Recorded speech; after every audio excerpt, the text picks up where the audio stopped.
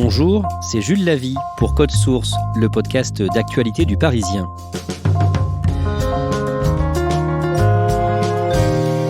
Vous vous souvenez de Neymar, Mbappé, Cavani ? Ça paraît très loin aujourd'hui. Le 11 mars, le Paris Saint-Germain s'est qualifié pour les quarts de finale de la Ligue des Champions. Après 3 échecs d'affilée en 8e, les supporters, les journalistes commençaient à parler d'une malédiction.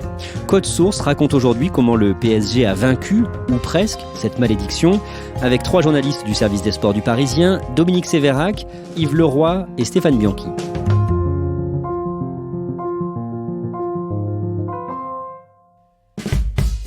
Le mercredi 11 mars, au soir, à quelques heures du 8e de finale retour de la Ligue des Champions, des milliers de supporters du PSG vont se retrouver devant le Parc des Princes. Stéphane Bianchi, racontez-nous ça. Avant de se réunir devant le Parc des Princes, ils se réunissent porte d'Auteuil. Ils sont plusieurs milliers. Ils ont décidé de marcher, de faire un cortège tout autour de Roland-Garros et de revenir vers le virage d'Auteuil où ils vont suivre le match. Soyons clairs, ce match, il est loin d'être gagné. Il est très loin d'être gagné, mais c'est justement pour ça qu'ils se réunissent tous. Ils ont décidé de venir aider leurs protégés, de les supporter d'une seule voix et de mettre une ambiance de fou qu'ils ne peuvent pas mettre dans le stade. Les joueurs arrivent vers 19h30. Ils voient arriver les joueurs ? Oui, ils voient arriver les joueurs et justement le bus est obligé de fendre la foule. Au moment du passage du bus, il y a d'ailleurs une ambiance de folie. Les fumigènes sortent, il y a des feux d'artifice et on voit les joueurs dans le bus faire des signes aux supporters. On voit Neymar lever le pouce pour saluer les gars. On voit Kimpembe sortir son téléphone, filmer, Di Maria taper au carreau. Il y a vraiment une ambiance de dingue et ils font monter la pression à l'intérieur du bus. Dominique Sévérac, les joueurs du PSG s'apprêtent à affronter le Borussia Dortmund, mais aussi une malédiction. Oui, celle qui les frappe depuis 3 saisons de suite, 3 éliminations en 8e de finale, contre Barcelone, contre le Real Madrid et contre Manchester United. C'est un club qui progressait, qui était sur 4 quarts de finale et qui désormais régresse, puisqu'il n'arrive plus à passer le stade des 8e de finale de la Ligue des Champions. On va rappeler en détail pourquoi on parle d'une malédiction en Ligue des Champions pour le Paris Saint-Germain. Depuis l'arrivée du Qatar en 2011, le PSG avait atteint les quarts de finale à 4 reprises, mais ça se grippe à partir de la saison 2016-2017. En 8e de finale, les Parisiens sont opposés au FC Barcelone. Comment se passe d'abord le match aller ? C'est peut-être l'un des plus grands matchs de l'histoire du Paris Saint-Germain en Coupe d'Europe. C'est un 4-0 exceptionnel face à Messi, Neymar, Suarez. Une attaque exceptionnelle dans l'histoire du football. Un Barcelone flamboyant, absolument génial. C'est le premier match par exemple de Presnel Kimpembe ce soir-là avec le Paris Saint-Germain en Coupe d'Europe. Et Presnel Kimpembe met à l'amende l'attaque barcelonaise. Le Paris Saint-Germain fait un récital. Il gagne 4-0 ce soir-là. 4-0, il est qualifié. Il ne peut pas lui arriver un malheur 3 semaines plus tard au Camp Nou. Il est obligé d'arriver en quart de finale. Le match retour est disputé le 8 mars 2017, donc sur le terrain du Barça. Comment se passe le début de la rencontre ? Tout de suite, tout s'enclenche mal. Le Paris Saint-Germain paraît fébrile. Son gardien Kevin Trapp a pas l'air dans un grand soir. Son capitaine Thiago Silva défend déjà en reculant, alors que le club a 4 buts d'avance sur Barcelone. Franchement, le danger est pas dingue. Et pourtant, tout de suite, on sent que les Parisiens ne sont pas dans leur assiette. Que se passe-t-il ensuite ? Ils sont très rapidement menés 2-0. C'est comme ça qu'ils arrivent à la pause, à la mi-temps. Barcelone a fait la moitié du chemin. À 4-0, il y aura prolongation. Donc on commence à se demander si le Paris Saint-Germain va pas se faire éliminer, ou en tout cas vivre une soirée un petit peu de cauchemar ou de fiasco, mais il commence à y avoir une petite alerte. Et après la pause, Barcelone marque à nouveau. Et là, c'est plus du tout le même match. Barcelone se met à croire à une qualification, se dit qu'ils vont renverser le Paris Saint-Germain, retourner ce 4-0 initial. Ça se goupille mal, c'est grave. À la 62e minute, Cavani marque pour le PSG. Et là, que se disent les supporters parisiens ? On se dit, c'est fini. Paris a marqué, Paris va se qualifier. D'ailleurs, Barcelone, je suis au stade. Les supporters n'y croient plus. Il y a un découragement total. 3-1, c'est fini. Ils avaient perdu 4-0 à l'aller, il y a 3-1. Voilà, le match va se terminer comme ça. Ils vont sûrement gagner. Paris n'aura pas fait une grande prestation, mais Paris va passer. Tout s'accélère dans les dernières minutes. C'est des dernières minutes complètement dingues dans l'histoire du football. On a rarement vu ça. Autant le match aller était un récital parfait, une sorte de perfection. Là, le match retour, c'est un club qui se disloque, qui implose. Et il y a une avalanche de buts dans les dernières minutes. Dans les 10 dernières minutes, le Paris Saint-Germain se fait 7 passes. Il est complètement tétanisé par l'enjeu, complètement tétanisé par ce qui se passe. Le PSG propose une sorte de néant du football. Et le Barça ? Et le Barça est complètement fantastique. Et il y a un homme qui est l'auteur de la remontada lui tout seul, c'est Neymar. Neymar prend les choses à son compte. C'est pas Messi, c'est Neymar qui emmène Barcelone vers les quarts de finale. 6-1 pour Barcelone. C'est la première fois dans l'histoire du football qu'un club qui a perdu 4-0 arrive à se qualifier quand même. Doublé de Neymar en 3 minutes. Un doublé qui change évidemment tout et qui met Paris sous la menace. Attention. Par-dessus. Non. Possible. C'est pas possible. C'est pas possible.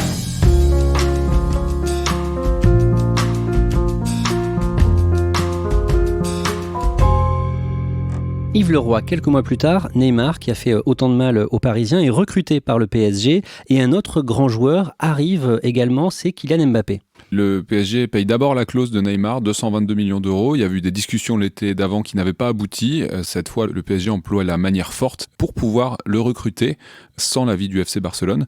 Et puis, en fin de mercato, le PSG réalise une deuxième opération formidable. C'est l'arrivée de Kylian Mbappé de Monaco.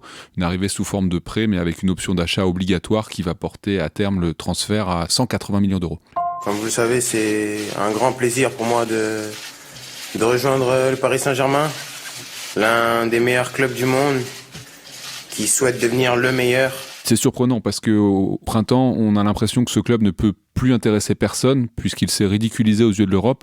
Et finalement, l'été suivant, il réalise les 2 plus gros transferts de l'histoire du football en prenant les 2 joueurs qui sont censés être les futurs successeurs de Messi et Cristiano Ronaldo. Pendant la saison 2017-2018, en 8e de finale, le PSG affronte le Real Madrid et perd à l'aller 3-1.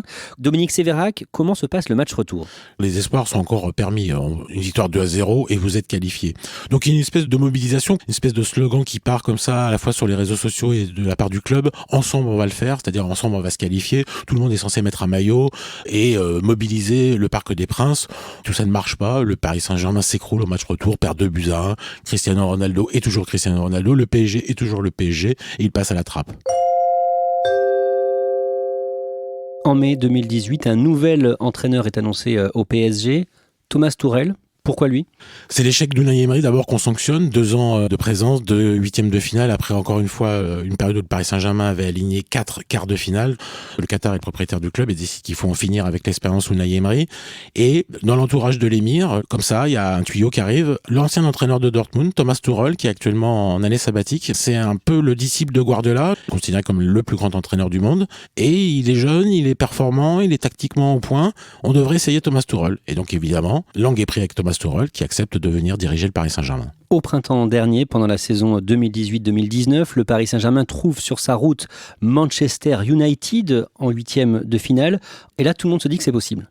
Oui, parce que autant c'est un grand club par le nom, par le prestige, par le passé, autant en ce moment-là, c'est pas une grande équipe. Il y a Paul Pogba à surveiller, mais sinon c'est pas dingue Manchester. Comment se passe le match aller ?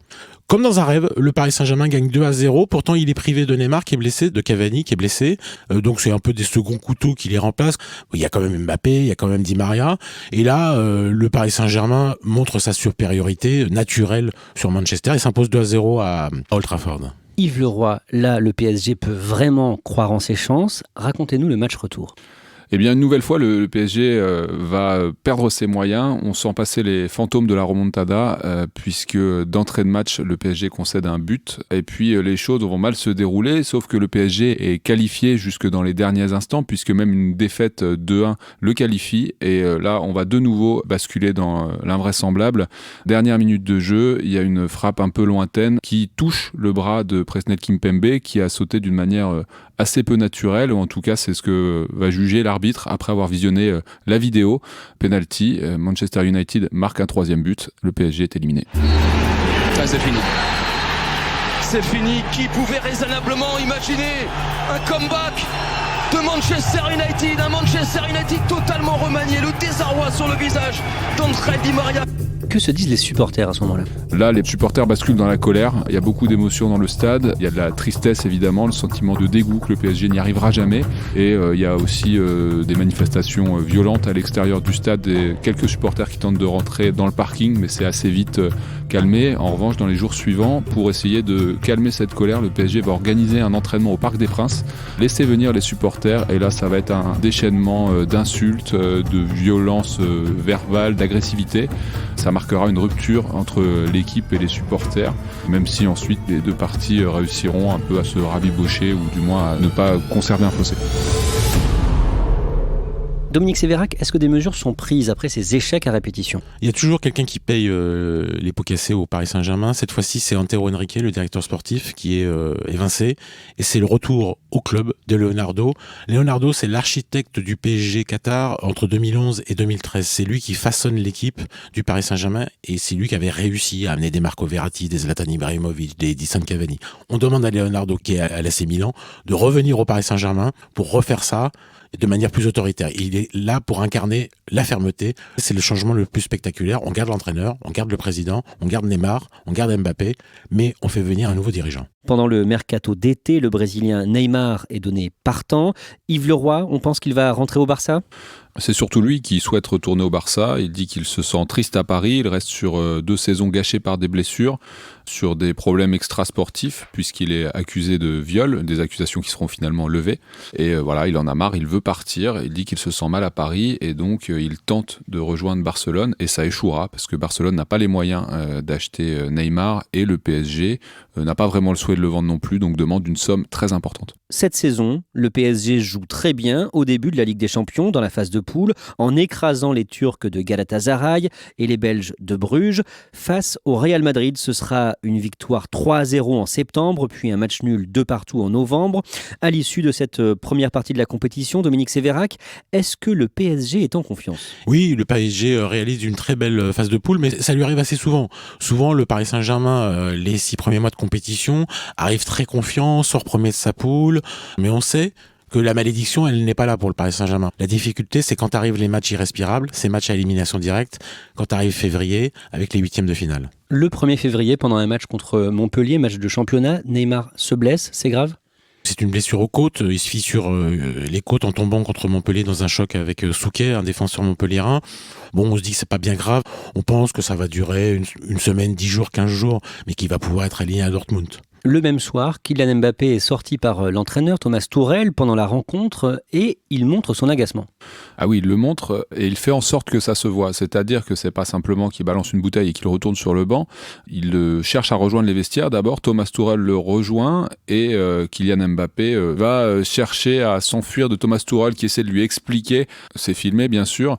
Et Thomas Tuchel dira en conférence de presse Kylian sait ce qu'il fait. C'est-à-dire que Thomas Tuchel a l'impression que Kylian cherche à envoyer un message de mécontentement en disant « Moi, on ne me sort pas ». Le mardi 18 février, le PSG joue son 8e de finale aller sur le terrain du Borussia Dortmund. Stéphane Bianchi, vous êtes sur place pour le Parisien. Ce stade est connu pour son mur jaune de supporters. Le Signal Iduna Park, comme on l'appelle, derrière un des 2 buts, a une tribune qui fait 25 000 supporters debout, tous en championnat. Alors elle est moins impressionnante, soi-disant, pendant les matchs de Ligue des Champions, car il y a 8000 spectateurs de moins, dû au fait qu'ils doivent être assis et que des sièges sont installés.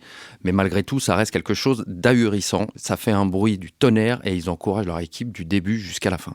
Les Parisiens jouent bien ? Non, tout de suite, on sent que les Parisiens sont pas dans le coup. Ils sont plutôt timides, ils sont plutôt sur la réserve, ils sont plutôt méfiants. On reconnaît pas le PSG des dernières semaines qui était plutôt conquérant. C'est un mauvais match du Paris Saint-Germain. Ouais, ce sera fini, c'est fini. Ça ne s'était plus produit depuis le 1er novembre dernier. Une défaite du Paris Saint-Germain. Ça se termine par une défaite 2-1. Il y a un joueur de 19 ans que Dortmund a recruté l'hiver qui s'appelle Erling Haaland. Voilà, il marque 2 buts, il est fantastique. Il met au martyr, il met en souffrance Thiago Silva, le capitaine du Paris Saint-Germain. Paris maintient l'espoir grâce à un but de Neymar sur un service de Kylian Mbappé. C'est ce but qui entretient l'idée que Paris peut se qualifier, mais encore une fois, on se dit que la malédiction, elle est là, puisqu'on est en 8e de finale et que le Paris Saint-Germain, à la moitié du chemin, est éliminé.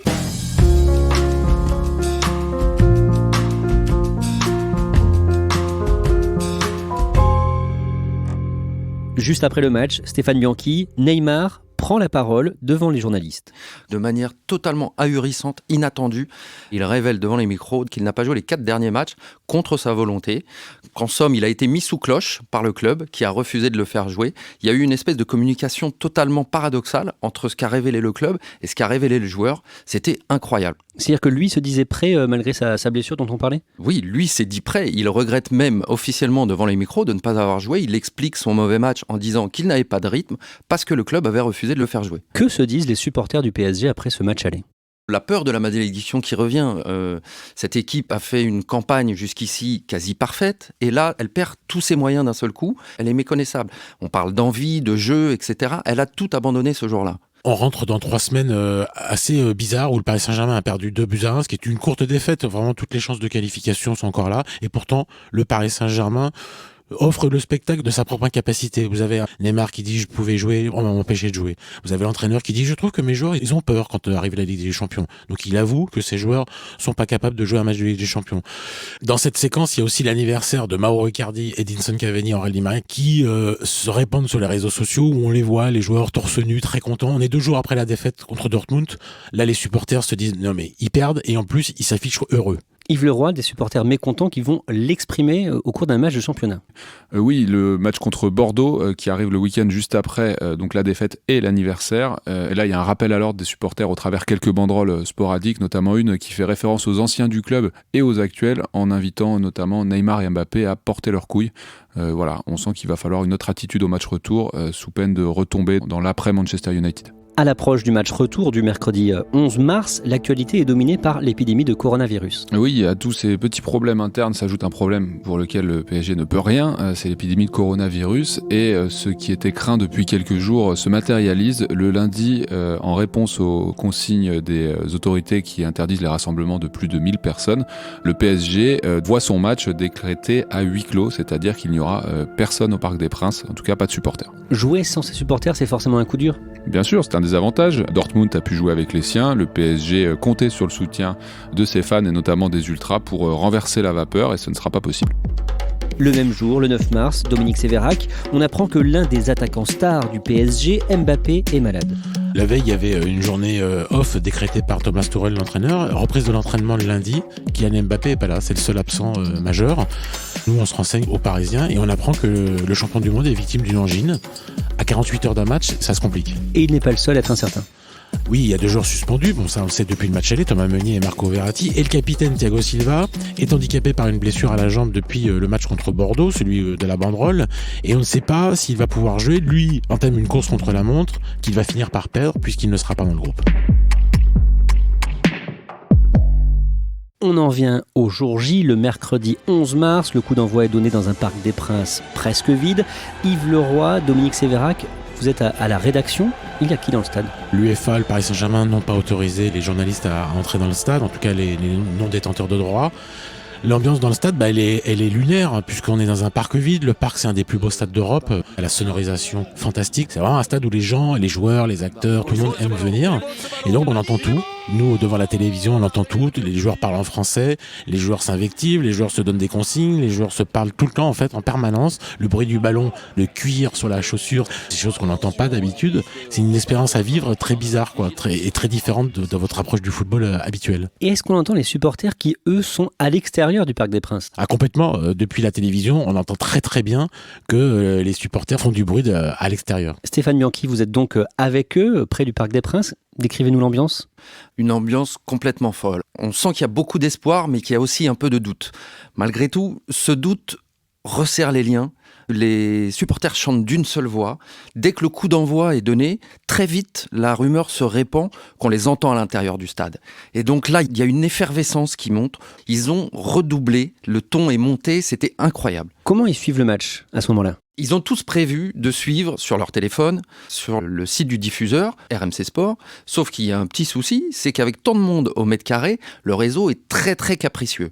Du coup, très peu de gens réussissent à suivre le match. 28e minute, Dominique Sévérac, l'Argentin Di Maria va frapper un corner. Di Maria, il a une patte gauche assez précise, notamment sur le coup de pied arrêté. Et là, au deuxième poteau, il trouve Neymar qui arrive à se défaire du marquage de Hakimi. Et Neymar, d'une tête plongeante, ouvre le score. Oui, c'est Neymar. Il devient fou, il explose de joie, il va vers le banc saluer Kylian Mbappé qui lui est remplaçant.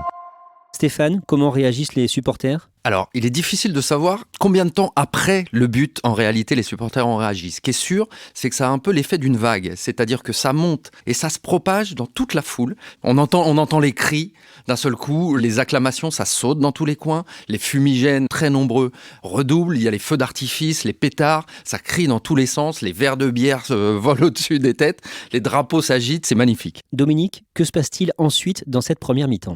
Le Paris Saint-Germain est plutôt bon, malgré l'absence de public, malgré la difficulté de remonter un score, la pression, la malédiction des huitièmes de finale. On voit pas tellement Dortmund, donc c'est une bonne première période du Paris Saint-Germain qui va réussir en plus à marquer un deuxième but grâce à Sarabia qui décale Bernat et le Paris Saint-Germain arrive à la pause à 2-0. Il est qualifié. Si ça reste comme ça, Paris Saint-Germain verra les quarts de finale. Comment se comporte le PSG sur le terrain en seconde période ? Là, en revanche, beaucoup plus de difficultés. À la fois, Dortmund est beaucoup plus entreprenant et à la fois, on sent que Paris Saint-Germain est rattrapé par une forme de peur liée aux 3 dernières éliminations et rattrapé un peu par ses difficultés physiques. Elle plie, mais ne rompt pas. Stéphane Bianchi, près du stade, les supporters ont peur à ce moment-là pendant cette seconde période ? Absolument pas. Il y a l'union sacrée, une unité incroyable. Peu de gens ont les images. L'idée, c'est juste de chanter, de faire du bruit et de se fédérer autour de cette équipe, de la porter jusqu'à la fin sans savoir vraiment ce qui se passe sur le terrain. Les Allemands ne marqueront pas. Coup de sifflet final. Dominique Sévérac, décrivez-nous les joueurs du PSG. Franchement, le mot qui convient le mieux, c'est soulagement. Ils ont vaincu la malédiction des 3 dernières saisons et ils sont en train de décompresser. Ils ont envie de se mettre entre eux, de fêter ça, de communier. Alors tout de suite, ils décident de sortir du Parc des Princes et d'aller voir la foule. Ils ont besoin de partager leur bonheur. Alors, ils sortent du Parc des Princes, ils montent quelques marches et ils se mettent au balcon. Le Parc des Princes est sur plusieurs étages et il y a un balcon qui donne sur la foule. Ce sont des images fantastiques. Vous avez à la fois une équipe triomphante et un public en liesse et il y a une connexion comme ça qui se fait. Tout le monde est heureux, les gens qui sont en bas et qui attendent et qui les regardent et les Parisiens, les joueurs du PSG qui fêtent ça et Neymar qui craque. Neymar, il va pleurer pendant plusieurs minutes. On sent qu'il est en train de lâcher la pression des 3 dernières années. Ils sont éclairés par les fumigènes rouges des supporters. Vous voyez les joueurs à ce moment-là ? On les voit d'en bas. Pour le public, c'est la cerise sur le gâteau. La qualification était déjà magnifique. L'expérience de vivre ce match à l'extérieur du stade était déjà incroyable. Et le fait de voir les joueurs venir partager ça avec eux, les remercier d'avoir été là, le public a été ébahi et touché de ce geste. Ils ont vécu un moment unique. Certains nous disent même à ce moment-là qu'ils ont vécu quelque chose de plus fort que dans un stade.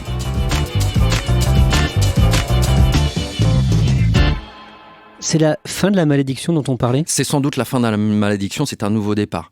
Est-ce que c'est aussi une réconciliation avec ces joueurs qui parfois sont conspués ? Ça a rabiboché un petit peu les liens. Neymar qui a été très critiqué, notamment pour son attitude cet été.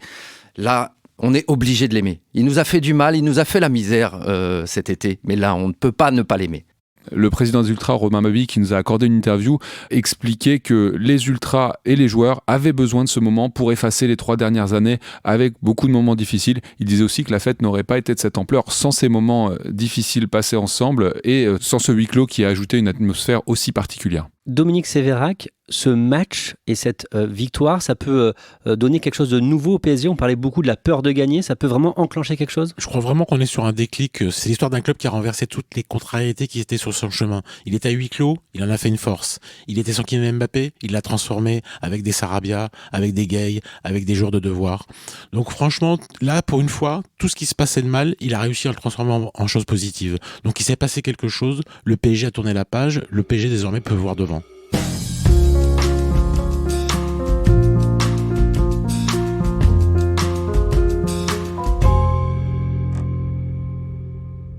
Dominique Sévérac, tout ce qu'on vient d'entendre, on l'a enregistré avant le confinement, le 12 mars dernier, ça paraît très loin maintenant. Est-ce que le PSG a vraiment vaincu la malédiction des 8e de finale ? Alors oui, sur le fond, puisqu'il a réussi à se qualifier, mais non, puisque désormais, à cause de la pandémie, on ne sait pas du tout quand est-ce qu'aura lieu la suite de la compétition. On ne sait pas si c'est un coup d'épée dans l'eau, c'est un coup pour rien. Donc en fait, il a peut-être vaincu la malédiction, mais pour rien. Peut-être que ça comptera jamais. On ne sait pas du tout quand est-ce que les compétitions de football vont pouvoir reprendre. Donc, ça reste un moment suspendu et dont on ne connaîtra peut-être jamais la suite. Mais concrètement, aujourd'hui, on n'est pas certain que les quarts de finale soient disputés ? Non, on n'est même pas sûr que la fin des huitièmes de finale soit disputée, puisqu'il reste 4 matchs des huitièmes de finale, dont Lyon qui doit aller jouer à la Juventus. En Italie, la situation est pire qu'en France. Donc on ne sait pas du tout si la compétition pourra reprendre, dans quelles conditions, sous quel format, à huis clos, pas à huis clos, dans un seul pays, par match aller-retour. C'est très compliqué aujourd'hui d'imaginer une reprise. Donc franchement, peut-être que Paris est qualifié pour un tournoi qui ne finira pas. C'est complètement hallucinant comme situation là. C'est une situation ubuesque, c'est du jamais vu évidemment depuis la guerre et depuis l'invention de la Ligue des Champions. Donc c'est totalement dingue, incroyable. Évidemment, les joueurs tournent en rond, ils veulent la disputer, la Ligue des Champions, ils veulent aller au bout des compétitions. Le football mondial se met en ordre de marche pour essayer d'imaginer la suite, mais ça ne dépend pas d'eux, ça dépend de la crise sanitaire.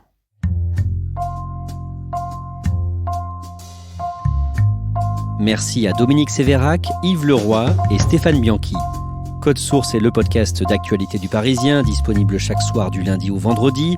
Si vous aimez Code Source, n'hésitez pas à nous le dire en mettant des petites étoiles et en vous abonnant sur votre application de podcast préférée comme Apple Podcast ou Podcast Addict. Cet épisode de Code Source a été produit par Marion Botorel et Stéphane Geneste. Réalisation, Julien Moncouquiol.